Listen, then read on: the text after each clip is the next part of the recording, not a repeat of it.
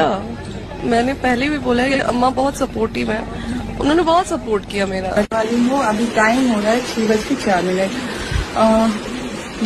आपको बता दें कि ज्योति सिंह जी का यह वीडियो सोशल मीडिया पर काफी तेजी से वायरल हो रहा है, जिसमें दावा किया जा रहा है कि वे पवन सिंह के घर पे पहुंच चुके हैं। तो क्या इस वीडियो को पूरी खबर बताते हैं आपको इसी वीडियो में। सबसे वीडियो को दिल लाइक कर दिए, साथ ही साथ हमारे चैनल पर नया है तो चैनल को भी सब्सक्राइब कर दीजिए। तो जैसे कि आप लोग जानते हैं दोस्तों, भोजपुरी के पावर स्टार पवन सिंह का जब से यह फोटो वायरल होने लगा तब से भोजपुरी इंडस्ट्री में कई तरह के न्यूज वायरल होने लगे हैं।